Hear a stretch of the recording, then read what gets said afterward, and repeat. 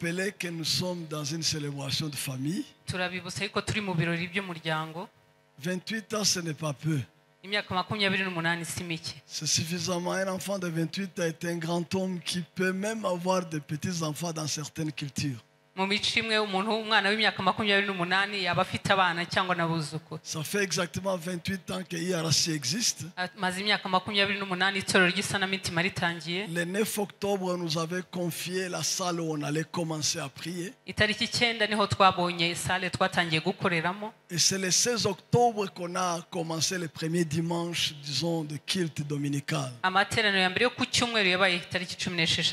Alors, étonnamment ou coïncidemment ou comment, les deux dates tombent exactement pour cette fois comme il y a 28 ans.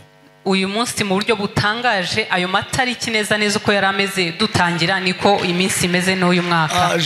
était à 14 personnes à cette époque. Sont au milieu de vous, Papa Gédéon était là. Et je crois qu'il n'y a personne d'autre ici, Félix et les autres. On était à 14 personnes. Et ce dimanche après-midi, on nous avait confié la salle qui appartenait au ministère de la Jeunesse. Et on a été prié juste pour prendre possession du terrain. La maire ou le maire de la ville de Kigali, qui était une dame à l'époque, Major Kabouye, nous a fait une petite note comme ça à la main. Et c'est ce petit morceau de papier qui était notre autorisation de fonctionner. Et nous avons été ce dimanche-là après-midi, on a été priés. Ceux qui connaissent l'endroit s'appelle, on l'appelle Rwanda-Rwejo, c'était comme une maison de jeunesse. Et c'est comme ça que Yarasi a commencé. Je vais lire quelques passages, je vais vous donner l'idée, parce que c'est un atelier, je voudrais plus qu'on échange. Je vais vous donner comment on a commencé, quelle est la vision qui nous motive, où est-ce qu'on en est, comme ça on interacte. Et pour la RDC, parce que nous sommes suivis maintenant pratiquement au monde entier, de la Californie jusqu'à Beijing. On nous suit en direct. Nous voudrions qu'on partage cela pour que partout où RC sera, on soit clair sur ce qui nous motive et ce qui est notre direction.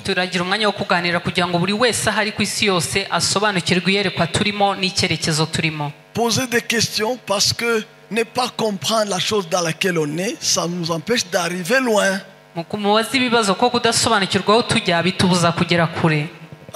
Ézéchiel 37, les 12 premiers versets ou 14 premiers versets. Cette fois, si on peut projeter ça pour nous. Ou quelqu'un va lire, ce n'est pas un problème. Ou vous nous faites confiance, on en parle avant, pendant que vous lisez. Le prophète Ézéchiel, il dit que la main de l'Éternel a été sur lui ou l'a touché. Et cette main de l'Éternel l'a amené à voir la vallée d'ossements desséchés. Et ces ossements étaient nombreux et même très secs. Et cet aspect a souligné d'abord nombreux et éparpillés et très secs. Parce que les ossements en soi, ça signifie la mort. Et quand c'est très sec, ça signifiait combien de fois il n'y avait pas de vie ou d'espoir de vie. Autre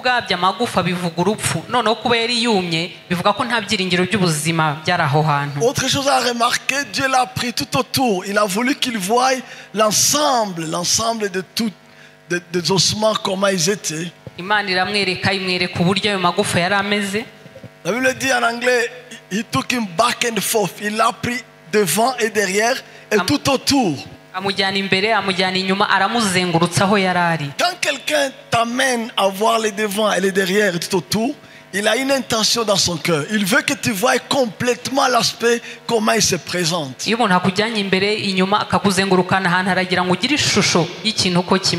la preuve, c'est qu'après l'avoir tourné, alors il pose la question. ikihamya nuko nyuma yo kumuzengurutsa yamubajije ikibazo. Il dit, fils de l'homme, est-ce que ces ossements peuvent vivre? Ese mwana w'umuntu aya magufa yakongera kubaho? Pour dire, après que tu aies survolé et vu en grandeur, en hauteur, en parallèle, est-ce que tu penses qu'il y a espoir de vie? nko kumubaza ati umaze kubyitegereza imbere n'inyuma uratekereza ko ari ibyiringiro byo kubaho? Et la réponse était claire, toi Seigneur tu le sais. Arasubiza ati mwami ni wowe ubizi. Quand je lis ce passage, cette partie particulièrement, j'en ris. Parce que ça signifie qu'à certains moments, Dieu veut que tu vois la profondeur de la misère ou alors l'état des lieux ou comment les situations sont désespérées. Et il veut que tu la vois complètement. Puis il te pose la question, est-ce que Ndengo Moneli Makam, comme tu vois les choses, tu penses vraiment qu'il y a espoir? Hari igihe Imana yemera kubona uburemere bw'ikibazo ikagera ikubaza ati urabona hari ibyiringiro muri ibi bintu? Et Dieu n'agit jamais avant qu'il t'ait montré exactement le temps dans lequel la situation est. Kandi Imana ntigikora itarabanza kukwereka ikibazo uburyo kingana. C'est comme ça que Dieu nous a donné l'image du Rwanda de l'époque. Iko niko Imana yatweretse ishusho y'igihugu cy'u Rwanda muri icyo gihe. Après 1 million de gens morts officiellement en 100 jours. Nyuma y'iminsi 100 yatwaye abantu bagera kuri miliyoni. Si mes calculs sont exacts, ça fait 10 000 personnes par jour. Niba nkoze imibare neza no kuvuga ko hapfaga abantu ibihumbi 10 ku munsi. Ça fait à peu près 520 ou quelque chose par heure. Ku isaha ni abantu nibura 520. Ça c'est la haute vitesse. Iryo ni umuvuduko uhambaye. Ça te montre comment l'ennemi peut détruire en un clin pays, une nation. Bikwereka uburyo umwanzi ashobora kurimbura igihugu mu kanya nk'ako guhumbya. Et c'est dans cette situation que Dieu nous a fait débarquer à Kigali. Uko ni kw'Imana mu bihe nk'ibyo niho Imana yatuzanye i Kigali. Il m'a montré exactement que comme cette vallée ressemble aux ossements desséchés que Ézéchiel a vus, inyereka uburyo nk'uko Ezekiel yabonye icyo kibaya cy'amagufa yumye. Il m'a posé la question comme il avait posé à Ézéchiel. Imbaza icyo kibazo nk'icyo yabajije Ezekiel. Est-ce que tu penses qu'il y a espoir pour ces ossements d'en sortir? Ese uratekereza ko ari ibyiringiro kuri aya magufa yo kongera gusohoka akava mu buzima? Je crois que ma réponse serait comme la réponse d'Ézéchiel. Ndibaza ko niyo gusubiza nk'umuhanuzi Ezekiel. Pour moi je sais pas, mais toi tu sais. Navuga nti mwami je simbiza ariko urabizi. Je semble avoir remis la question à l'Éternel. Ndasa naho nashubije ikibazo Uwiteka. Et Dieu m'a fait voir qu'il y a deux choses importantes, deux boulettes importantes, qui sont déterminants pour les sorts. Il m'a fait voir comment Ézéchiel a d'abord parlé. Il a prophétisé. Il a dit ceci: ossements desséchés, écoute la parole de l'Éternel. Et la Bible dit ceci: quand il a commencé à prophétiser, ou quand il a commencé à parler, il y a eu un bruit et même un mouvement. Les ossements se rassemblèrent, l'os après l'os. Finalement, ce qui était ossements desséchés, éparpillés, devint un squelette.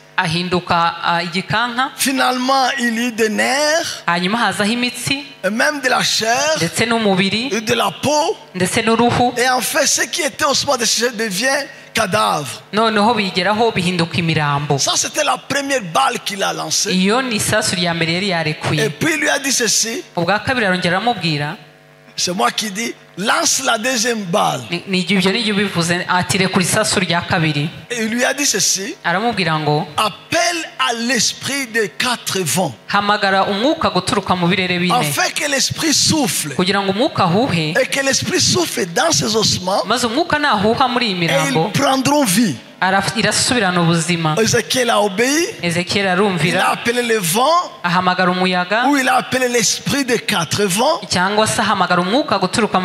J'allais dire, il a dit: Saint-Esprit, viens de l'Est, viens de l'Ouest, viens du Nord, viens du Sud. Et quand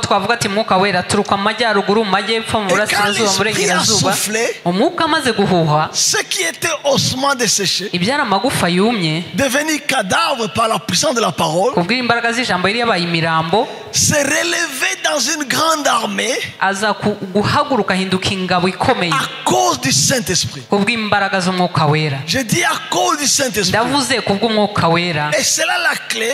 icyo ni ryo rufunguzo La vie ubuzima ou les situations, kubw'ibihe quel que soit comment elles ressemblent. n'ubwo ibihe byaba bimeze nabi Nous avons la parole dans un des côtés dufite ijambo ku ruhande rumwe qui est très puissante. rifite imbaraga Nous nyinshi avons l'Esprit du Seigneur dufite n'umwuka qui w'Imana est très puissant. nawe ufite La imbaraga parole peut ressembler, ijambo ryabegeranya la parole peut donner une impression, la vie, ijambo ryakwerekana ko ari ubuzima mais buje sans l'Esprit du Seigneur. ariko hatari umwuka w'Imana Vous savez ce que la Bible dit? muzi icyo birivuga La lettre tue, inyuguti irica mais l'Esprit vivifie. ariko umwuka atanga ubugingo La lettre peut tuer, inyuguti yakwica la parole a rendu le rassemblement, mais c'était la mort quand même. ijambo ryari ryazanye amagufa ahinduka imirambo ariko yari Et la Bible agipfuye dit, c'était une grande armée. ariko birivuga ko yaje guhinduka C'est ingabo ikomeye exactement ce que Dieu m'a dit. icyo ni cyo Imana yavuganye Je nanjye vais transformer le Rwanda, ngo ngiye guhindura u Rwanda et par le Rwanda, les grands lacs, ndetse n'u Rwanda bigere ku biyaga et bigari par les grands lacs, l'Afrique, kuva mu biyaga bigari bigere et kuri par Afurika l'Afrique, le monde. kuva muri Afurika bigere mu isi Je veux que là où il y a la mort, ndashaka ko hari qu'il ubuzima y ait une armée de vivifiants qui se lève. hazamuka ingabo zitanga ubuzima Que là où il y a des situations de cadavres, de ahantu séchements, hari ibihe byumiranye bimeze nabi une parenthèse, la mort peut être physique, mu mwihariko urupfu rushobora kuba ari elle urupfu peut être, rufatika mu mubiri elle peut être aussi morale. rishobora no kuba gupfa mu mutima Vous savez, quelqu'un de vous qui connaisse le mot, quand on dit uriya muntu yapfuye uruhagaze, on dit que quelqu'un peut être moralement mort, même s'il marche physiquement, il est mort. bivuze yuko umuntu ashobora kuba agenda nyamara yarapfuye mu mutima we Et vous savez bien avec moi que les gens peuvent être morts, vraiment détruits dans leur cœur, alors qu'apparemment en dehors ils semblent avoir la bonne santé. kandi tubiziranye namwe ko umuntu ashobora kugaragara nk'uriho nyamara mu mutima yarapfuye Alors voici cette vision, comment elle se présente. dore rero iryo yerekwa uko rimeze Quel que soit l'état ou la situation d'une nation ou d'un peuple, ibihe byose ubwoko cyangwa ishyanga ryaba ririmo par la puissance de la parole de Dieu kubw'imbaraga z'ijambo ry'Imana et de l'Esprit du Seigneur, ndetse n'umwuka w'Imana Dieu peut restaurer. Imana ibasha gusana Pas seulement redonner vie, ntabwo ari ugutanga ubuzima gusa mais aller au-delà ahubwo ikarenzaho jusqu'à ce que ikagezaho ceux qui étaient morts abari bapfuye et même desséchés bumiranye deviennent une armée, non pas une armée juste en bonne santé, bagahinduka ingabo zitari nzima gusa une armée vivifiante. ingabo zitanga ubuzima C'est comme ça qu'au chapitre 47, aho niho ku gice cya 47 il parle d'une rivière qui coule du trône de la maison de Dieu. avuga ko umugezi uturuka uva ku ntebe y'Imana Cette rivière n'est d'autre que cette armée-là qui coule en même temps. iyo mugezi ni za ngabo zitemba Et la Bible dit ceci, biri kavuga ngo partout où parviendra les torrents, ngo aho uwo mugezi wose la uzajya vie coule. ubuzima buratemba Donc ce torrent-là rero uwo mugezi est un torrent vivifiant. ni umugezi utanga ubuzima Alors, Dieu nous a fait voir Imana rero itwereka et nous avons crié en lui. kandi natwe Et si turayizera nous croyons en sa parole kandi niba twizera ijambo et que ryayo nous croyons à l'action de son esprit, tukizera imbaraga z'umwuka wayo Dieu va transformer nos pays, Imana izahindura ibihugu nos byacu nations, ibihugu byacu notre continent umugabane et wacu le monde. n'isi yose Parce que ce n'est pas seulement le Rwanda où il y a des cadavres ou alors il y a des ossements desséchés. ntabwo ari mu Rwanda honyine hari amagufa yumye La RDC n'est pas moins desséchée. na Kongo ntabwo yorohewe mu kumirana La Tanzanie n'est pas moins desséchée. ndetse na Tanzania ntabwo yorohewe L'Ouganda n'est pas moins desséchée. na Uganda ntabwo wavuga ko ari itumiranye Et le pouvoir, l'Europe et l'Occident n'est pas moins desséché. n'Uburayi nabwo ntabwo bworohewe mu kumirana Parce que la mort peut changer de forme. kuko urupfu rushobora guhindura amashusho Mais elle est la mort. ariko ni urupfu n'ubundi Amen.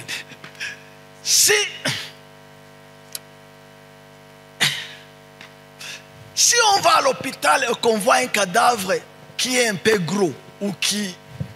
tugiye kwa muganga tukabona nk'umurambo ubyibushyemo gakeya Et on va voir aussi à la morgue un autre qui est très maigrichon. tukabona n'undi murambo unanutse cyane Ce n'est pas une question de poids ou d'apparence. si ikibazo cy'uburyo umurambo ugaragara L'important c'est la vie qui n'est pas là. igihari cyo ni uko nta buzima buhari Et c'est comme ça aussi avec les nations et nos peuples. uko niko bimeze mu moko yacu n'ibihugu byacu Les gens sont morts, certains n'en sont pas conscients. bimwe birapfuye ntabwo abantu babizi, D'autres sont conscients mais ne peuvent rien. abandi barabizi ariko ntacyo babikoraho. Laissez-moi vous dire ceci. Reka mbabwire ibi ngibi. Aujourd'hui, par exemple, Uyu munsi urugero, tous les débats qui se passent aux États-Unis, impaka zose ziri muri Leta Zunze Ubumwe za Amerika c'est sur certains points qui peuvent faire rire.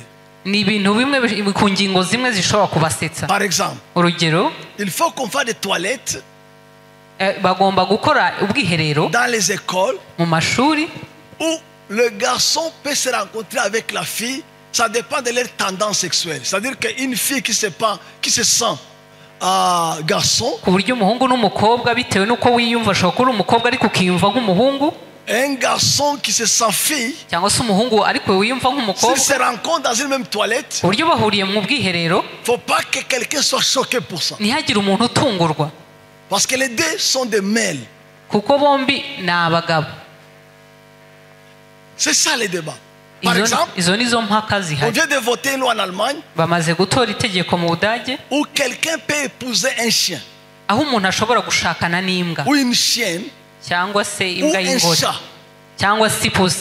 Par exemple, on vient de voter en Allemagne et dans d'autres pays Mu bindi bihugu, mu Budage no mu bindi, bamaze gutora itegeko, une loi qui permet au père d'épouser sa fille. itegeko ryemerera umupapa gushaka umukobwa we. On a aboli l'inceste. Ibyo ngibyo bakuyeho icyaha cyo gushakana Ma mu question est la muryango. suivante. Ikibazo cyanjye ni iki: Est-ce que ça, ce n'est pas la mort? ese abo bantu ntibapfuye? Urwo si urupfu? Vous ne me répondez pas. Vous ne croyez pas que c'est la mort? Ntabwo mwibaza ko ibyo bintu ari urupfu? C'est la mort. Ni urupfu. Même s'ils ont mangé des frites Nubwo bariye amafiriti ou des œufs cyangwa amagi ou roulent carrosse, cyangwa se ukaba batwaye amamodoka meza, ils sont morts. barapfuye. Et cette mort-là Kandi urwo rupfu est même plus dangereuse que la famine physique. urwo ni rwo rubi no kuruta inzara yo mu nda. Et ça, nous, l'appel que nous avons est de restaurer et cette mort physique, et la mort morale, et la mort spirituelle. Dufite Chasser la inshingano mort jusqu'à ce qu'il y ait vie, et kwirukana même urupfu mu beaucoup plus buryo de bwose vie. kugera ubwo haba ubuzima. La Bible dit ceci, Bibiliya iravuga ngo l'ennemi ne vient que umujura ntazanwa n'ikindi voler, keretse kwiba. ça c'est matériel, Ibyo ni ibifatika. tuer, Kwica, ça c'est physique et moral, ibyo ni mu mubiri cyangwa mu mutima. détruire Kurimbura ou alors génocider, cyangwa se kumaraho, c'est comme ça qu'il fait. ibyo ni byo akora. Alors la restauration est un esprit Gusana rero ni umwuka différent de la destruction. utandukanye no kurimbura. Cette personne-ci, Uyu muntu hano avant qu'elle ne meure, mbere y'uko apfa elle a été en bonne santé. yabanje kugira umubiri Et mwiza, puis l'esprit de destruction est entré. hanyuma umwuka wo kurimbura urinjira, Il est allé de la bonne santé ava mu magara meza, à la maladie, ararwara, de la maladie, kuva mu ndwara ajya muri koma, du coma ava muri à koma la mort, arapfa, de la mort ava mu gupfa, à la se sont déconnectés amagufa aratandukana, et puis ils ont séché. agera aho yuma. Ça a commencé par un homme en bonne santé, Biba byatangiranye n'umuntu ufite mais amagara l'esprit meza, de destruction est entré ariko umwuka wo kurimbura et urinjira, a commencé à détruire jusqu'aux ossements desséchés, aragenda aramusenya kugera ubwo agera ku magufa qui yuma. est un état final. Icyo ni rwo rugero rwa Maintenant, il y nyuma. a un esprit opposé Rero umwuka uhinyuza ibyo qui est utandukanye l'esprit du n'ibyo Seigneur. ni wo mwuka w'Imana. L'esprit du Seigneur Umwuka fait w'Imana le travail inverse. we akora umurimo Il utandukanye a n'uwo. pris les ossements desséchés, Yavanye ku magufa yumye, il les a rassemblés en cyclettes, arayegeranya ahinduka igikanka, puis en cadavre, ahinduka umurambo, puis en homme en bonne santé, ahinduka umuntu ufite amagara meza, puis en soldat, ahinduka umusirikare, puis en soldat donnant vie. ahinduka ingabo itanga ubuzima. C'est comme un esprit descendant Ni nko n'umwuka umwe umanuka contre un esprit ascendant. hamwe n'umwuka uzamura. L'esprit de mort descend vers la destruction, Umwuka w'urupfu ugenda umanura mu kurimbuka, mais il y a un esprit de vie qui prend des ossements naho jusqu'à donner vie. umwuka w'ubuzima wakazamura avana mu magufa yumye kugera aho utanga Ce ubuzima. qui est bon, c'est ceci. Icyiza rero ni iki ngiki, C'est que ça ne s'arrête pas quand l'homme est en bonne santé, ni uko bidahagararira gusa ko umuntu aguwe neza ou alors qu'il est rempli de vie, cyangwa se yuzuye ubuzima. mais le but c'est jusqu'à ce qu'il soit vivifiant. Intego ni uko agera aho atanga ubuzima nawe. Vous avez compris ce que je veux dire? ese ibyo murabyumva? On ne laisse pas juste quand il est en bonne santé. ntabwo barekeraho gusa kuko umuntu aguwe La neza. vision est que celui qui est détruit iyerekwa nuko wa wundi ne warusenyutse soit pas seulement restauré, adasanwa gusa, mais qui devient restaurateur. ahinduka usana abandi. C'est pourquoi la devise dit ceci: niyo mpamvu intego yacu ivuga ngo restaurer pour restaurer. uwasanwe ngo asane abandi. Parce qu'une fois restauré complètement, kuko iyo umaze gusanwa byuzuye pleinement, byuzuye, alors on donne vie. nawe utanga ubuzima. Alors, comment il s'énonce cette vision?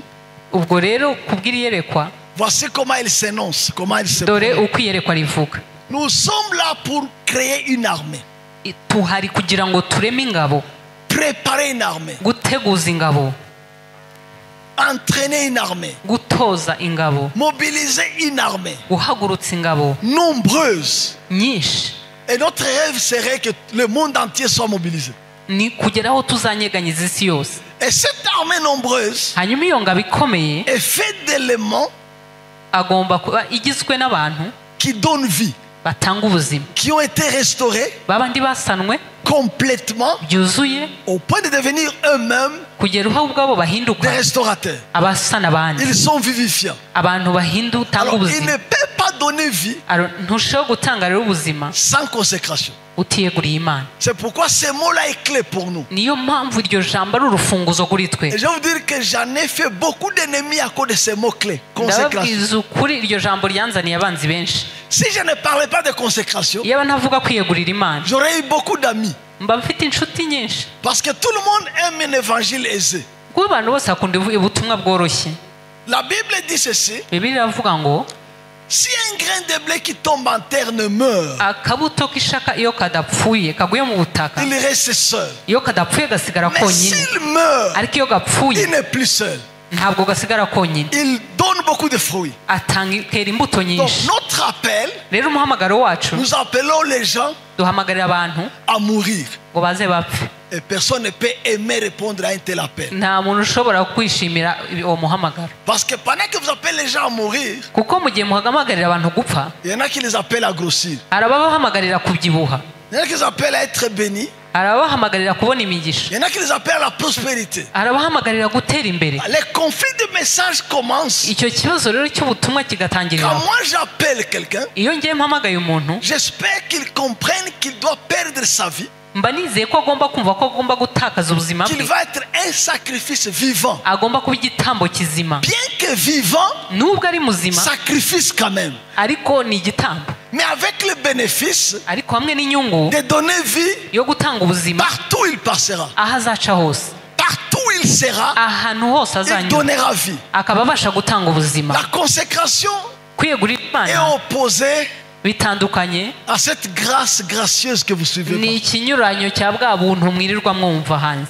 Parce que les gens veulent qu'on dise ceci: kuko abantu barashaka ko tubabwira ngo venez, nimuze venez recevoir, nimuze mwakire, venez avoir votre visa, nimuze mufate visa, venez vous marier, mukore ubukwe, venez, venez, venez. nimuze. Mais à la fin, ariko wareba guherezo après 5 ans, nyuma y'imyaka 5 10 ans, 10, quand tu as les visas, nyuma ufite ya visa, quand tu as cette femme-là, ufite wa mugore quand tu as wifuza, les enfants, ufite abana, quand tu as ce véhicule, ufite ya modoka, quand tu as cet avion-là, ufite ya ndege, à la fin, nyuma quel yabyo est finalement l'essence de la vie?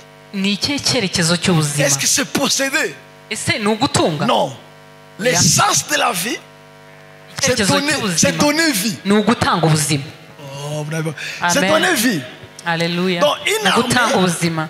former une armée rero turi gutegura ingabo de disciples y'abigishwa vivifiants batanga ubuzima, qui sont totalement consacrés au Seigneur, biyeguriye burundu umwami Yesu, virgule, akitso, qui viennent de différents milieux baturutse ahantu hatandukanye et même de différents passés, ndetse n'amateka atandukanye, mais qui sont rassemblés entre eux ariko bahujwe hagati ou yabo, interconnectés entre eux bahujwe hagati yabo par un esprit de famille. n'umwuka w'umuryango.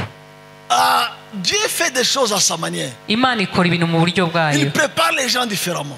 itegura abantu mu buryo butandukanye. Je suis né au Rwanda, Navukiye mu Rwanda, grandi au Congo, nkorera muri Congo, travaillé au Burundi nkorera i Burundi et en Ouganda. n'i Bugande, j'ai vécu à l'Est. mba mu burasirazuba Je parlais Mashi quand j'avais 2 ans, 3 ans. mvuga amashi ngifite imyaka 2-3 Et puis je parlais Lingala quand j'ai grandi dans mon adolescence. maze gukura ndi ingimbi mvuga iringala Sans accent. ritagira amasaku Mon Lingala est biblique. iryo mu ijambo ry'Imana Et un Lingala de Makanja, Bois. Je vais parler Lingala ici pendant 20 minutes et personne ne peut saisir parce qu'il est profondément biblique. nshobora kuvuga iringala hano ryo muri Bibiliya ntihagire icyo mutoramo. Alors tous ces éléments-là, ibyo byose rero j'ai marié une fille rwandaise shaka umugore w'umunyarwandakazi qui n'a rien de rwandaise. Née à Kinshasa, clinique universitaire, wavugiye i Kinshasa muri clinique universitaire, mangeant des fumbo et des safu et de... rien de rwandaise dedans, mais tout de rwandaise au dehors. adafite ikintu na kimwe cy'abanyarwanda imbere ariko inyuma ari Vous croyez umunyarwandakazi. que Dieu n'est pas intelligent pour faire cela? Ese muratekereza ko Imana nta bwenge ifite gukora Il ibyo? voulait qu'on soit à même de rapprocher l'irrapprochable. yagira ngo tuzabashe kwegera n'utegerwa.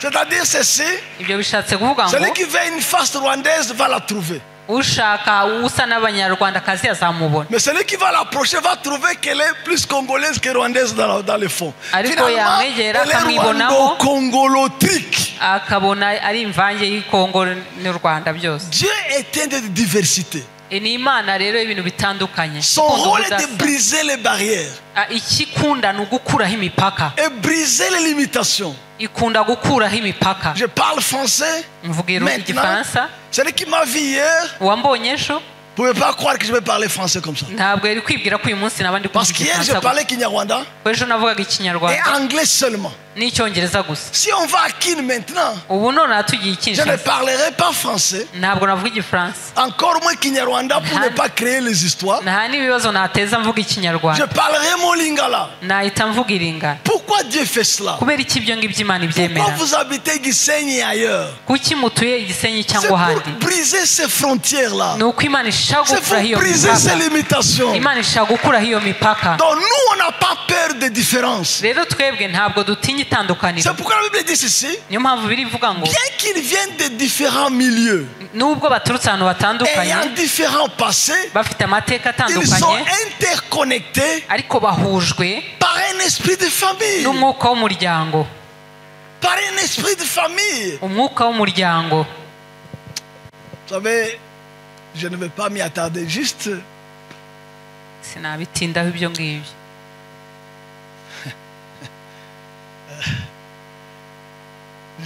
quand je suis venu au Rwanda, igihe nazaga mu Rwanda j'ai laissé mon épouse et mes 2 enfants nasize umufasha wanjye n'abana babiri entre les mains de Jerusalem Ministry. mu maboko y'abo twasenganaga muri Jerusalem Ministry. Et un jeune homme hanyuma umusore umwe qui était là wari uhari icyo gihe était chez moi à la maison. yari ari iwanjye mu rugo. Njadi. Et là, maintenant, ma famille demandait, mais ce garçon-là qui était là, comment il peut être chez toi? Qu'est-ce qu'il fait chez toi? Il umuryango wanjye est le makangu de ta femme. uriyo musore arakora iki iwawe? Alors la réponse était non, non, non. Alors frère, oh frère. nkavuga nti ni mwene data. bati mwene data. Les gens ne croient pas abantu ntabwo bemera qu'ils peuvent être une famille sans avoir les mêmes origines. ko bashobora guhinduka umuryango ntacyo bapfana mu maraso. Moi j'y crois. ariko genda byemera. Et même je crois que moi j'y crois. ngenda byemera. Et cette vision y croit. kandi n'iri yerekwa rirabyizera. C'est pourquoi vous allez voir la différence. mpamvu mubona Quand itandukaniro on commençait l'église à Goma, iyo dutangira itorero i Goma quelqu'un m'a dit ceci. hari uwambwiye ngo Nionyeshe hapa Goma kanisa yenye inachanga Batusi, Bahutu, Banande, isipo yenu tu. Na mweni bakinua. nyereka itorero rivanze abahutu n'abatutsi uretse iryanyu kandi muri ab'i Kinshasa. Parce qu'à l'époque, il y avait le fait Deo Mazimba qui était président de Papa, il y avait des gens de tout genre. Il y hari avait abantu b'amoko yose icyo gihe. hari Deo uhagarariye abapapa. des Hutus, ça 40% de Tutsis, ça 80%, plus il y avait tout. hari imvange abahutu 180% abatutsi 140 Et nous byose. étions la rare église yari itorero rimwe qui va avoir muri cette make diversité-là. ashobora kwakira ibyo kuko ikora gutyo. Pourquoi? Kubera iki? Nous avons un esprit de restauration et de diversité. Kuko twemera ubudasa n'umwuka wo gusana. Ça passe? Ibyo biracamo. Maintenant, après qu'ils soient rassemblés par l'esprit de famille, bamaze rero guhuzwa n'umwuka w'umuryango, ils sont restaurés. baratsanwa. Nous croyons à la délivrance. Twemera kubohorwa. Nous croyons que quelqu'un peut être lié, bien qu'il ait la bonne volonté et ne pas aller loin. Twemera yuko umuntu ashobora kuba aboshye afite ubushake ariko ntagere kure. Nous croyons que les gens peuvent vivre enchaînés, même s'ils ont la bonne volonté et Jésus en eux. Yuko umuntu ashobora kubaho aboshye n'ubwo bushake. Nous croyons que quelques chrétiens qui soient ont besoin de soins et de restauration intérieure pour avancer. Akeneye kubohoka kugira ngo agere kure. Restaurer, batanwe, enfin former. gatoza. Pourquoi nous commençons par restaurer avant de former? Kuki dutangirana no gutoza mbere yo no kubohora mbere yo Et gutoza? là, je veux que vous me suiviez profondément. Aho munkurikire neza. Toute ma jeunesse et tout le temps que j'étais homme de Dieu, dans les temps, bwose n'igihe cyose nakoreraga Imana, j'ai cru, comme certains autres ministères croient aussi, nanjye nizeraga nk'uko imirimo imwe hano hanze ibyizera. il croit que l'œuvre de Dieu consiste en ceci. Bemera yuko Buri murimo w'Imana umeze gutya. chaque œuvre de Dieu est comme ça. Gagner, kwegeranya, gagner les âmes au Seigneur, kuzana abantu ku mwami, les former kubatoza et les envoyer. maze ukabohereza. Mais en avançant, Ariko mu gihe wagera imbere, j'ai découvert qu'il y a une dimension qu'ils ont négligée qui est importante. naje kuvumbura ko hari urwego basimbutse kandi rukomeye. Et c'est la dimension de guérir, de soigner et de restaurer. Ni urwego rwo kuvura, rwo komora, rwo gusana. Parce que si quelqu'un est gagné au Seigneur, Kuko iyo umuntu aje ku mwami, avec ses liens et ses déchets, hamwe n'imyanda no kuboha quand vous kose, le formez, iyo mumutoje, vous formez aussi ses péchés. mutoza n'ibyaha n'ingoyi. L'impudicité d'un pasteur formé est une impudicité pastorale formée. Ubusambanyi bw'umushumba watojwe ni ubusambanyi nabwo bwatojwe bugakura. La colère d'un homme de Dieu qui n'a pas eu le temps d'être restauré dans son Umujinya cœur, w'umukozi w'Imana utaragize umwanya wo kuvurwa agakira mu mutima, même s'il peut en faire une spiritualité en disant iko asira takatifu. nubwo yaba afite umujinya akawita mutagatifu, Hakuna asira takatifu. Uko tuna singa ya asira, il faut ufite ifunguliwe. kamere y'umujinya ugomba kubohokaho, ntabwo ari iby'umwuka. Le fait qu'il a été formé, Kuba yaratojwe, on a aussi formé les asira. batojwe na wa mujinya, Il devient son infirmité et lui et son infirmité sont formés. ariko ari we n'ubumuga bagatozwa bombi. Et il est formé déformément. Agatozwa amugara. Ce que je dis, vous ne le comprenez pas. Mais je vais donner des exemples. Ngiye kubaha ingero. Aujourd'hui, Uyu munsi tous nos jeunes gens qui montent en ministère, abasore, abantu bakiri bato bazamuka mu murimo surtout dans w'Imana, les milieux citadins, cyane cyane ahantu mu mujyi, personne ne dépasse 15 ans. nta n'umwe uri kurenza imyaka 15 ahagaze. Parce que et l'impudicité, et les scandales, Agakora ibintu biteye isoni, akagira ubusambanyi, et la magie, et la communion, des choses impossibles. bagakora ibintu bitabaho. Mais quand il approche, Ariko wamwegera tu vois qu'il y avait de l'appétit en lui ukabona ko yari afite umururumba qu'on muri n'a we, pas soigné quand il était jeune. batavuye akiri muto, akiri kare. C'est comme ça qu'on entend des scandales. Niyo mwirirwa mwumva ibintu biteye isoni. Il y a un jeune homme qui me disait, mais Hari umuntu ukiri Papa. muto wambwiraga ati, dade, il m'a cité un nom, je peux aussi citer, c'est pas si. Il m'a dit, prophète Joël serait marié. arambwira ati, dade, Prophète Joel yarongeye ashaka umugore. J'ai dit, oh, ok, je n'ai pas de nouvelles, je ne suis pas l'homme de médias. Il me dit, ntabwo ndi umuntu umenya amakuru. Et puis Ndavuga il me ati, dit, mais arambwira ati, ariko il me dit, leur ministère, ça boum. ariko umurimo bakora birashyushye, uri J'ai dit, gukomera. oh, ok, il dit, ils ont même ouvert une église à Paris ou en France. Bafunguye n'itorero rishyashya mu Bufaransa. J'ai dit, waouh, bon. Ndavuga ati, Il me dit, mais je ne comprends pas, papa. Comment est-ce que des gens comme ça prospèrent? Ils prospèrent quand même. Ils boum. ariko dade, kuki abantu nk'aba batera imbere bagasakuza bigakomera?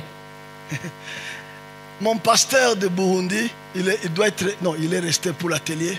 umushumba wacu w'i Burundi yasigaye i Il m'a dit Kigali. c'est une époque. Il m'a dit, Hari igihe yambwiye ngo papa, je vois les gens faire des croisades, la manifestation d'esprit, ko tout dati ça. mbona abandi bakora ibiterane umwuka wera Ils akagaragara sont nombreux de gens en même temps. bafite abantu benshi baza vuba vuba icyarimwe Mais nous, on va lentement. ariko twe bigenda buhoro. Pourquoi est-ce qu'on ne shout pas alors qu'on a l'onction? Kuki twe dufite amavuta ariko atanyeganyeza ibintu? Le bishop John n'est pas là, j'allais lui donner la parole. Bishop John ntabwo ari hano mbamuhaye Un ijambo. jour dans ma chambre de prière, Umunsi umwe mu cyumba cy'amasengesho il m'a posé la question presque similaire. nawe yigeze kumbaza ikibazo gisa gutyo. Je lui ai répondu ceci. Ndamusubiza ngo Tu veux cultiver les haricots ou le café? urashaka guhinga ibishyimbo cyangwa ikawa? Et vous allez me répondre en tant que pasteur. Vous voulez le café ou les haricots? Munsubize nk'abashumba murashaka ibishyimbo cyangwa ikawa? Si vous dites kahawa ama maragi. Munsubize ibishyimbo cyangwa ikawa? Maragi au kahawa? Si vous Ikawa cyangwa ibishyimbo? Ngo byombi. muna Ikawa. maragi ama mhindi Imyumbati cyangwa se ibishyimbo ukailima iyo uyihinze kwa muda fulani wa miezi 3 mu mezi 3 gusa unavuna uba wasaruye na unakula na unatembea. ukarya ukishima ugatembera. Lakini mtu wa kahawa bwana, Ariko umuntu w'ikawa miaka hiyo imyaka 4 bwana, imyaka 4 ategereje anangoela. akihangana Lakini agategereza. siku ya season, Ariko umunsi azagera muri siku ya season kuvuna, igihe cyo gusarura atauza shamba yako azagura umurima wawe ni ya jirani yako agure n'uw'abanyi bose na fuso ya mpya, agure na fuso nshyashya na ataona bibi yako kama uendelee mzuri. ashobora no gutwara umugore wawe urebye nabi Jua alichagula vizuri kuko we yahisemo neza akapanga. agategereza. Ukristo wetu Ubukristo bwacu sio maharagi, ntabwo ari ni ibishyimbo kahawa. ni ikawa. Unisikii bwana? Ntabwo munyumva neza. Leo nyuma ya miaka 28 Nyuma y'imyaka 28 sina hofu, sina haya, nta soni mfite na sina boga. nta bwoba Hivi mfite. nilikuwa nasema 94. Ubu ngubu ndimo kuvuga hano. Nona NT4 nilikuwa nasema hivi. Uyu munsi muri 94 navuga Na gutya. nilikuwa nasema tena bila haya. Kandi n'uyu munsi nta soni ndavuga. Maisha yangu haikuwa na vitu ya mbio mbio. Kuko ubuzima bwanjye sinkunda ibyihuse. Kahawa. Nkunda ikawa. Ndategereza. Unangoela. Ugategereza. Anakubadili. Akaguhindura. Wanauza motokari. Abandi bakagura imodoka. Unatembea na muguru. Wowe ukagenda n'amaguru. Banaiba wanajenga. Bakiba bakubaka. Uko na miguru tu. Wowe ukaba ukitegereje ku maguru. Unakamata murago. Ugafata karago. Siku ya kwanza. Umunsi wa mbere. Siku ya pili. Umunsi wa kabiri. Siku ya tatu. Umunsi wa gatatu. Siku ya ine. Umunsi wa kane. Wanaenda safari. Bakajya hanze bagatembera bagakora ingendo. Wewe una karatasi ya kwenda mahali. Wowe nta n'urupapuro rukujyana he. Wanaenda Gitarama bwana. Wowe ukajya Gitarama abandi bajya i Burayi. Unapamba na Mungu tu. Ukihambira ku Mana. Unamshika Mungu bwana. Ukamufataho. Unaomba usubuhi. Ugasenga mu gitondo. Ugasenga saa sita. Ugasenga ku mugoroba. Lakini siku moja bwana. Ariko umunsi kahawa itazaa. Ikawa yawe izabyara umusaruro. Umusaruro uzagaragara w'ikawa. Bizahinduka. Ya kahawa bwana. Ikawa izagaragaza umusaruro. Ikawa.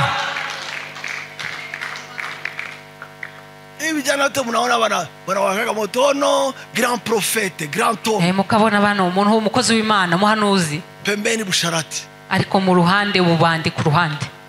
Wowe utanigusa maziba kisho naambia kwa babangu. Wa nini? Ukabona umuntu ari mu busambanye kwankora waranza ngo uri umubyeyi wanjye.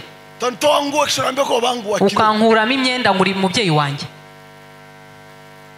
Wewe hauwezi kunijenga mimi najengewa mimi nabomoka unataka wewe baba yangu na unaniua hapa ameshangu. Ni wowe uri kunyica nta ushoboye kunyubaka ngo uri umubyeyi wanjye. Lakini nje hakuna mtu anajua mambo ya hivyo. Nje ni popularite. Ariko hanze nta wabimenya bararebera ibisakuza. Ndio maana hiki kitu ya character. Niyo mpamvu ibintu by'imyifatire inazidi charisma bwana. Biruta amavuta.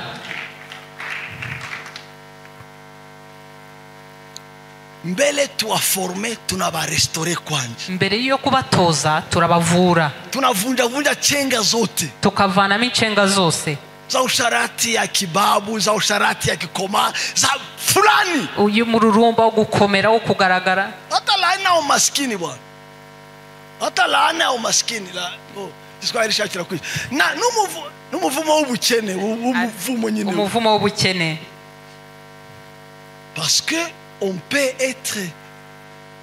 rempli de visions sans provision, on devient illusionniste. kuko ushobora kuvangirwa wuzuye iyerekwa utagira ubushobozi bwo kurisohoza Ugasigara urota. ugasigara uri umuntu un rêveur qui rêve seulement. Restauré, basanwe formé, batojwe enfin envoyé maze bakoherezwa avec la détermination biyemeje de faire de Jésus-Christ kwamamaza Yesu Kristo le Seigneur de ce siècle présent. umwami w'isi muri iki kinyejana. Ça, c'est la vision. Iryo ni ryo yerekwa. Maintenant, les stratégies dans lesquelles on fait la mission. Rero noneho ingamba kugeza dusohorezamo iryo yerekwa. La mission en résumé est en 5, les stratégies sont 7. Ingamba ni intego ni eshanu ariko ingamba ni zirindwi. Nous gagnons les gens, nous évangélisons. Icya mbere ni ukubwiriza kuzana abantu ku mwami. Nous restaurons les gens. Tukabasana. Nous les formons. Tukabatoza. Nous les envoyons. Tukabohereza. Et nous les établissons. Tukabashinga. Maintenant, les stratégies, ingamba noneho on les a établies en 7 semaines. twazishize mu byumweru birindwi. Et ce que nous appelons semaine, icyo twita icyumweru, c'est ce qu'on appelle septana. nicyo twita Ça septena. vient du mot 7. biva kuri karindwi. Une durée de 7 ans. Igihe cy'imyaka irindwi. En anglais, on parle de septenium.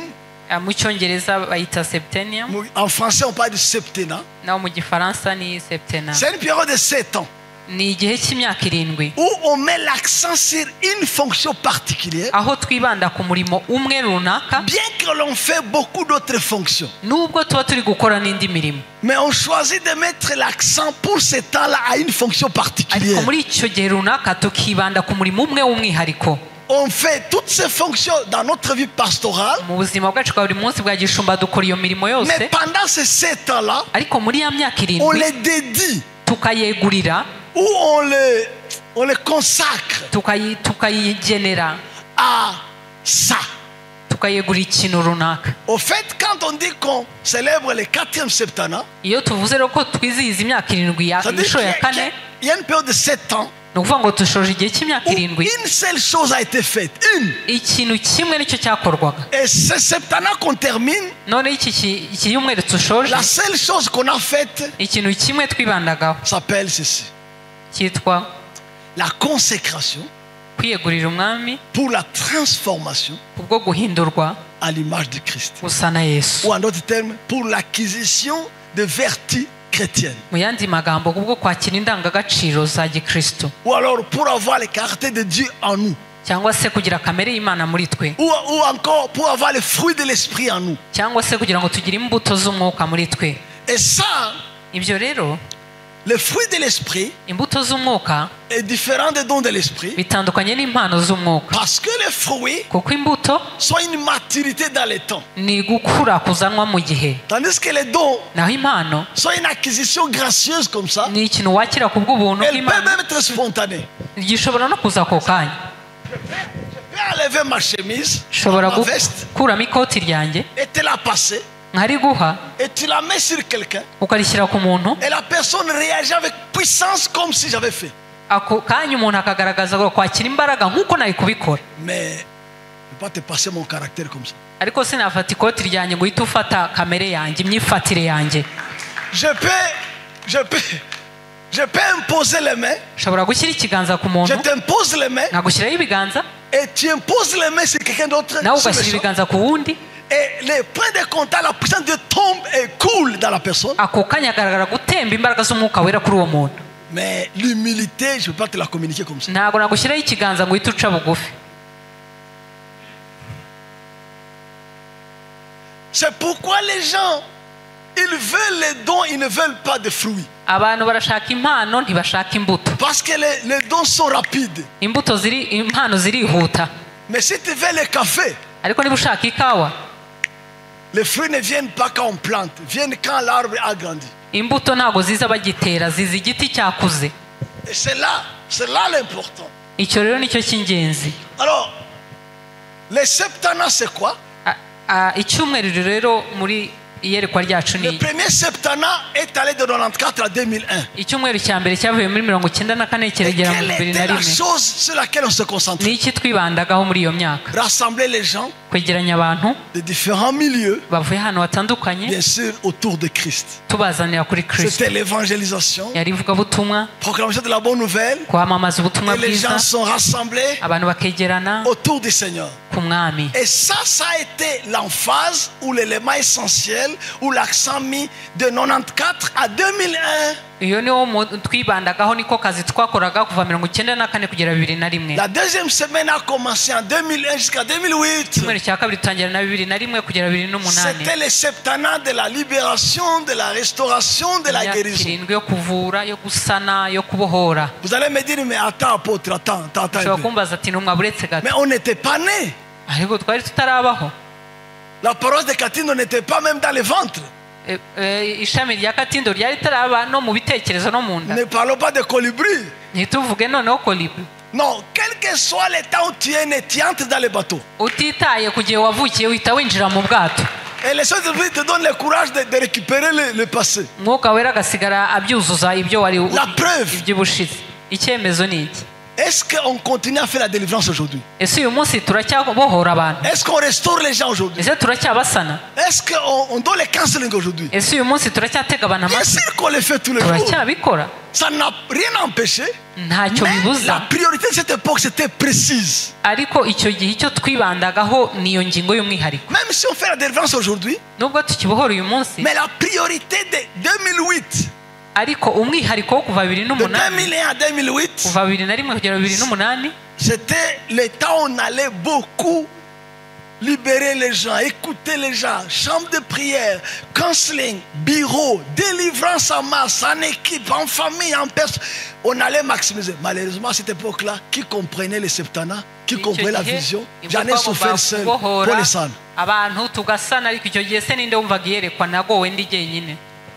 Il y en a qui ne savaient même pas que ça existait, les septennats. hari n'abatari bwo bamenye ko ibintu bya sebitena biba. Maintenant, de 2008 à 2015, kuva 2008 kugera qui 2015 était le troisième septennat, ariyo yari icyumweru cya gatatu, l'accent était mis sur umwihariko wari uri ku enseigner, kwigisha, instruire, gutoza, communiquer la connaissance. ku gutanga ubumenyi. Malheureusement, à ce temps-là, ariko ikintu kibabaje icyo gihe, BCC n'était pas encore manifesté, disons, allez dire, n'était pas encore en action. ni nkaho bisisi icyo gihe itanakoraga. Conséquence, ingaruka ni uko comment vas-tu enseigner sans les outils d'enseignement? ni gute wakwigisha nta bikoresho byo kwigisha On peut ufite? dire que ce septennat-là, on a échoué. Les trois premiers, on ne connaît même pas.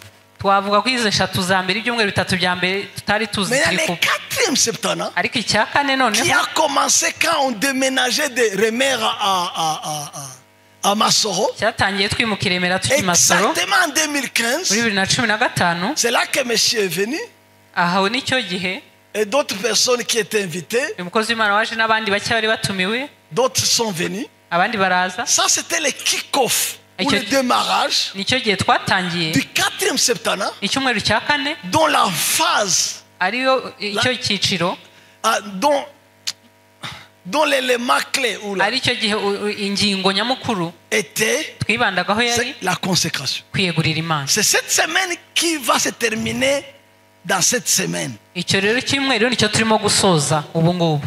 Maintenant, nous avons fini la semaine 4. ubu rero dushoje icyumweru cya Les kane. 16, je vais donner un coup d'envoi pour la semaine 5. Ku cyumweru nzaba ntangaza icyumweru cya gatanu, imyaka Maintenant, irindwi. en quoi consiste la 5e semaine? icyumweru cya gatanu rero kijyanye n'iki? Je vais checker pour la première semaine, c'était icyumweru cya mbere cyari iki? évangélisation, rassemblement. kwegeranya abantu Deuxième ku Mwami semaine, Yesu. c'était icya kabiri Restauration, guérison. gusana, kubohora. Troisième, c'était icya gatatu yeah? formation, Yes. gutoza. Quatrième, c'était icya kane consécration. Donnez-moi les kwiyegurira thèmes Imana. de chaque année qui sont les sous-divisions de septennat. Première année, 2016, icyumweru c'était kwa 2016 umwaka Thème wa de mbere l'année twavugaga 2016. iki? twavugaga iki? yeah, consécration de l'enseignant. kwiyegurira umwami wese. 2017, 17 tunaniangalia bwana. ko mundeba Examen nakuya. aje ikizamini. La crainte de Dieu. Thank you. umutima utinya Imana. 2018, 2018 l'humilité. Thank you. umutima uca bugufi. Troisième, non. 19 2019, 2019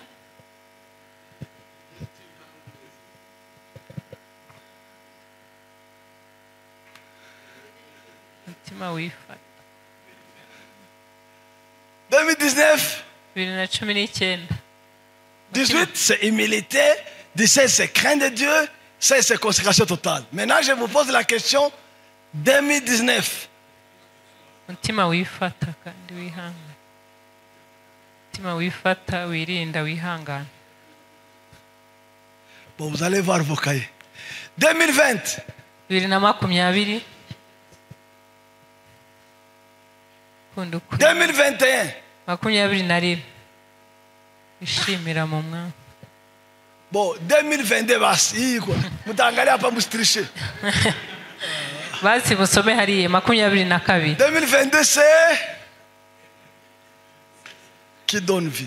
kuba igitambo gitanga ubuzima. Tous ces thèmes-là iyo umutwe w'amagambo yose vont avec la transformation, bijyana no guhindurwa, qui est le résultat de la consécration. ariyo nyungu yo kwiyegurira Imana.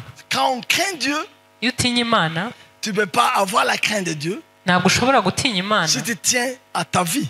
niba ukunze ubuzima bwawe. Il faut que tu sois mort à toi-même ugomba kuba wapfuye ku bwawe pour craindre Dieu sans limite. kugira ngo utinye Imana bitagira umupaka. Alors maintenant qu'on est en train de terminer, voici ce qui arrive. dore rero ibyo tugiye kujyamo kuko dushoje icyo cyumweru ahandi C'est le tugiye. revêtement surnaturel par la puissance du Saint-Esprit. ni ukwambika imbaraga ubushobozi kubw'umwuka wera. Revêtement signifie s'habiller. kwambikwa C'est là qu'on reçoit la puissance. aho ni ukwakira imbaraga. C'est la pensée, c'est quand Jésus disait, par exemple, les disciples lui posent la question, mais maître, et Jésus leur dit ceci: ni nk'igihe Yesu yabwiraga abigishwa ne be sortez pas de Jérusalem, ntimusohoke i Yerusalemu mubaki hapa, mutegereze musiendeende mbio mbio, ntimugende mwihuta tu hamuna nguvu. kuko nta mbaraga mufite. Tu sais, parfois on a des gens qui sont chauds, ndagombana ndapigana nani niache ni muwe, alors que uko na boga ya grave. hari igihe umuntu aba asakuza ati mureke mwishe kandi ubwoba bwakwishe. Bana kubloka, ndamupika muniache ndawamutu. mundeke mwereke. Unajua nini? Tuko watu wanamkamata, wakamwachilia atashirudisha epeki. kandi akaba yahunga baramutse bamuretse. Samweza wambie no siwe watu namkamata. Alors que iko na boga ya grave. bati reka reka ntiwice abantu kandi Makelele ubwoba tu, makelele ya usakuza ubwoba ari bwose. Mniache ndamuwa, mwache mniache. mureke mwereke mwire. Ndani iko atemeka grave. kandi imbere aratitira. Yesu anambia wafuasi hivi: Yesu abwira abigishwa be musitoke Jerusalem, ntimuve i Yerusalemu hamuna nguvu. nta mbaraga mufite. Mademu itabakanyakanyaga mwe. amadayimoni azabaniga Uko na mwe. besoin ya baraka. mukeneye ikindi Na kintu. besoin ya mutu. hari undi muntu mukeneye. Mubakie kwanja bapeti. mutegereze. Mukaenda hivi nimugenda gutya batabasaga. bazababaga. Bakia Yerusalemu wa. mutegerereze Yerusalemu. Muvale kwanja. mubanze mwambare. Mukisha kuvala nimumara kwambikwa mutakuwa na nguvu muzabona ya imbaraga kuweza kupambana. zo kujya ku rugamba. Na mimi nasema hivi, nanjye ndavuga hii miaka yote iyi myaka yose tulikuwa jangwani, twariho twigeragereza. tuko jangwani, tulikuwa twari turi mu desert. butayu. Tulikuwa jangwani, twari mu butayu wanatutengeneza bwana. Tuko badutunganya. na ngoja Yerusalemu. twari dutegereje Yerusalemu. Siku kichache watu wache tunakuya sasa. ubu rero turaje Tunachomoka, turaserutse. tunatoka jangwani, ubu tuvuye mu butayu. tunapakaliwa bwana. ubu turasizwe. Tunavala bwana. turambaye. Toka njiani, igirayo muve mu toka nzira. njiani, toka. turaje muve mu nzira. La Bible dit ceci: Bibiliya iravuga ngo rempli du Saint-Esprit, ngo yuzuye umwuka il wera fut conduit dans le désert. ayoborwa mu butayu. Et après la tentation, amaze kugeragezwa il revint, agaruka non pas rempli, atuzuye revêtu. yambaye. Alors moi je pense que tu as été dans le désert ndatekereza ko mwagiye mu butayu pour que Dieu prépare ton cœur aho Imana yatunganyaga imitima et ton yanyu caractère. n'imifatire yanyu. Je pense que tu vas maintenant graduer, tu vas ubu être ndibaza collé. yuko ugiye gusohoka ugiye kwambara. Le septennat qui vient, iyi myaka 7 ije c'est le septennat de la collation. ni imyaka 7 yo kwambikwa En fait que tu sortes maintenant, kugira ngo usohoke, parce que tu peux être charismatique kuko ushobora kuba ufite amavuta sans perdre ton caractère. nyamara udatakaje imyifatire Parce y'ubumana. que ce qui fait que Dieu ne revête pas les gens en puissance kuko et en action, igituma Imana itambika abantu imbaraga c'est l'absence, c'est la médiocrité de leur caractère. ni ikibazo ifitanye n'imyifatire yabo. Et je pense que j'ai en face de moi les gens qui ont travaillé le caractère. ariko ndizera ko mfite imbere yanjye abantu bateguye imyifatire Je yabo. crois que vous avez bien étudié la semaine 4. Ndizera ko mwize neza iki cyumweru cya kane. Alors Dieu peut vous libérer pour la semaine 5. rero Imana ishobora kubohereza mu cyumweru cya gatanu. Vous allez être revêtus. Muzambikwa.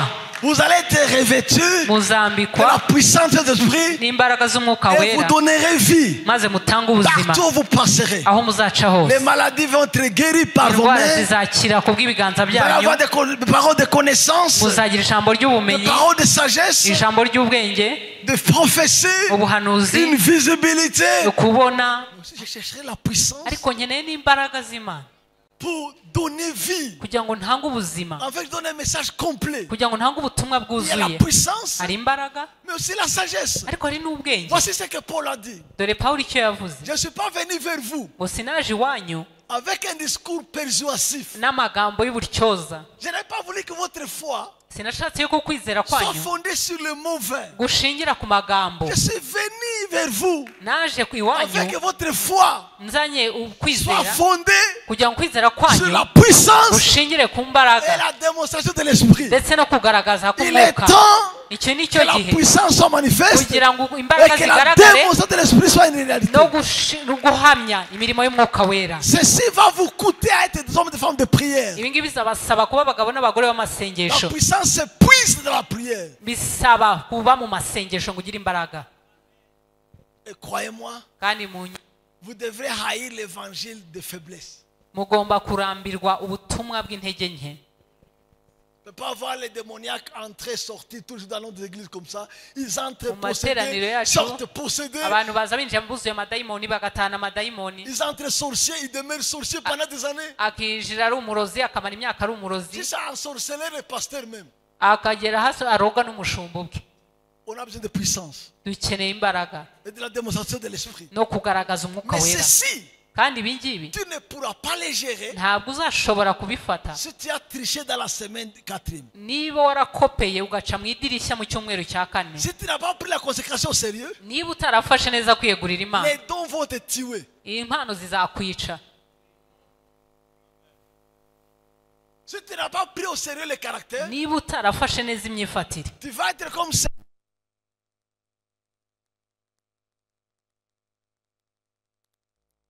Alors, la semaine 5e, icyumweru cya gatanu je ne rero vais pas y tarder, je suis à la fin. Si, à ce moment-là, twubaka nta il byo n'y aura pas de guhamagaza budget. abatanga amafaranga amatorero 50 mu mujyi.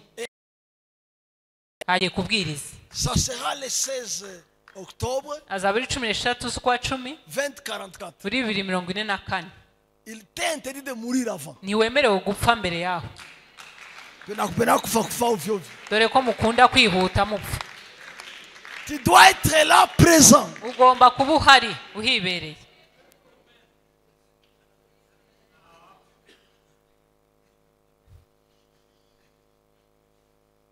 Alors, malheureusement, il est 13h moins 10.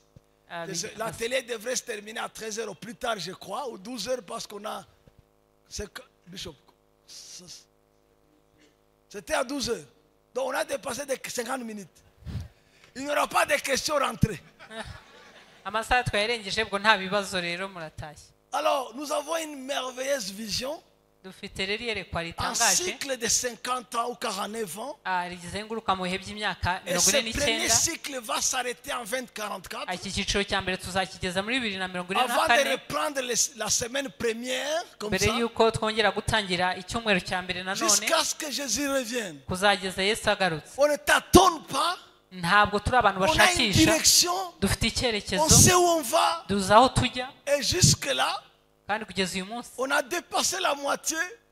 twarenze muri kimwe cya Nous kabiri, sommes au numéro 5 tugeze kuri nimero ya sur 5 7. muri 7. Donc dans 21 ans, mu myaka on 21 aura accompli le premier cycle. tuzaba dushoje icyiciro cya mbere. À ce moment-là, icyo gihe d'autres vont continuer. abandi bazakomeza. Et nous allons être des coachs derrière comme ça. tuzaba turi abakoci twicaye dufasha abandi. Peut-être nous concentrer sur BCC, monde, et laisser l'église à d'autres mains. tukaba twasigira abandi itorero tukibanda ku murimo wa BCC. Voilà.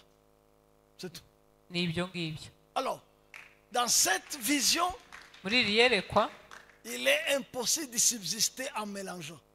ntabwo ushobora kuryihanganira uvanga Hautaweza tu. ntabwo uzabishobora Hautaweza. uzagera aho unanirwe Hautakuwa seulement rejeté, utakuwa éjecté. ntabwo uzatabwa gusa Les gens qui vont vous prêcher ce soir, qui vont intervenir dans les soirées, abantu bari bwigishe ku mugoroba c'est vraiment des trésors pour moi. ni abantu bafite ubutunzi ni abantu b'ubutunzi kuri Donc njye j'aimerais que vous preniez le maximum. ndifuza ko mwakira byinshi bishoboka Initialement, on avait prévu le professeur Faustin qui va intervenir le premier et l'apôtre Roland Dallot. twari twateguye professeur Faustin ko ari wowe bwa mbere uri buvuge Et l'apôtre Roland Dallot allait terminer. ndetse na Roland Dallot akaba ari usoza Il n'a pas pu être parce que son responsable, là, on voit en Allemagne, il doit représenter les assemblées de Dieu dans une conférence en Allemagne. Il n'a pas pu, en tout cas. byabaye ngombwa ko ajya mu Budage ntabwo rero abashije kubana natwe Mais Dieu nous a envoyé un autre homme. ariko Imana yatwoherereje undi muntu w'Imana L'apôtre Landou intumwa Landu est originalement congolais, ni uwo muri Congo mais il vient de passer plus de 30 ans de sa vie en Hollande et au Canada. amaze imyaka irenga 30 ari mu Buholandi no muri Canada C'est un jeune pour moi, il a une grande église à Toronto.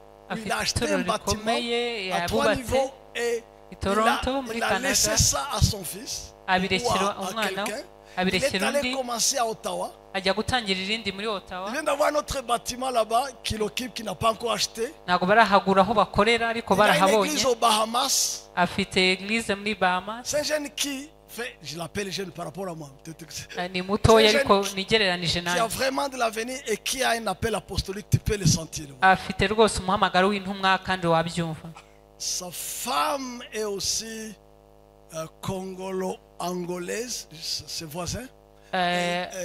umufasha we avuka ku ils sont- mukongomani no mu Ils vont angole venir à 11h. baraza saa tanu Ce sera le deuxième intervenant le soir. niwe uri buze gufata ijambo bwa Le kabiri professeur Faustin qui est en train d'animer qui anime l'atelier des hommes d'affaires ou qu'on appelle corporate. professeur Faustin arimo kwigisha hariya abikorera Certains d'entre vous le connaissent parce qu'il est de Massis ou quoi, c'est originalement là-bas. Mais c'est un grand homme dans le monde maintenant. mu isi mu buryo bw'isi ni umuntu ukomeye bashobora kuba bamwe bamuzi Il a une grande organisation qu'on appelle TLA ou alors Transformational Leadership for Africa. afite C'est une organisation qui a son bureau aux États-Unis, umuryango au ukorera Kenya, muri il a une grande Amerika boîte. muri Kenya Et il vient de terminer à bâtir son université à Ruhengeri. amaze kurangiza kubaka kaminuza ye mu Ruhengeri J'étais supposé être là en novembre pour le kick-off. nagomba kuhaba mu kwa 11 kuyitangiza Mais une des grandes salles, le hall qu'ils avaient fait, a des petites erreurs techniques. Il a postponé l'ouverture. C'est vraiment un sommité. Cet homme a été, comme on appelle, érudit. Dans le sens, il y a Bongo. C'est mon professeur de leadership. ni umwarimu wanjye wo ku by'ubuyobozi Mais ce n'est pas tout. ariko si ibyo gusa Il craint Dieu. atinya Imana Et tu peux sentir que l'intelligence n'a pas avalé le spirituel. kandi ubasha kumva ko ubwenge butamiza iby'umwuka C'est un homme very humble. ni umuntu uciye bugufi Je suis convaincu qu'il vous bénira. ndabyizeye neza ko ari bubabere umugisha Et Landou aussi, un couple merveilleux. ndetse n'umuryango wa Landu On a choisi les meilleurs pour vous. twizeye ko twabahitiyemo neza Parce que nous pensons que ces assises qui sont à caractère international doivent laisser un impact. abo bantu cyangwa se izi nyigisho turi kwakira ku buryo bw'mpuzamahanga hari icyo biri busige Deuxièmement, vous n'êtes pas limité à ici. Vous pouvez partir avec nous à Houillé, mwazana l'ancien natwe Boutaré. Huye Demain, ejo vous pouvez aussi partir avec nous à Rwamagana comme il a prié. nk'uko yabisengeye mushobora no kujyana natwe i Rwamagana Vous pouvez aller avec nous sur Kigali. mwazana natwe i Kigali Le premier intervenant de Kigali, le jeudi 16, ça sera le Ndikumana Chris, celui qui fait les Kanguka. Il sait utiliser Ndikumana ku Et wa le kane deuxième, ça sera l'archbishop Aguinasare, uwa kabiri uzigisha ni un Bishop grand homme Agnasare aussi. Qui était là la fois passée, qui l'ont connu, Aguinasare. ni bande bamumenye Yeah. muri celebration y'ubushize Et le second jour, on a aussi Kiz, on a les autres. En tout cas, on a trié, on a sélectionné tout rôle a les meilleurs pour que twizeye ko on ait un twahisemo impact. bano.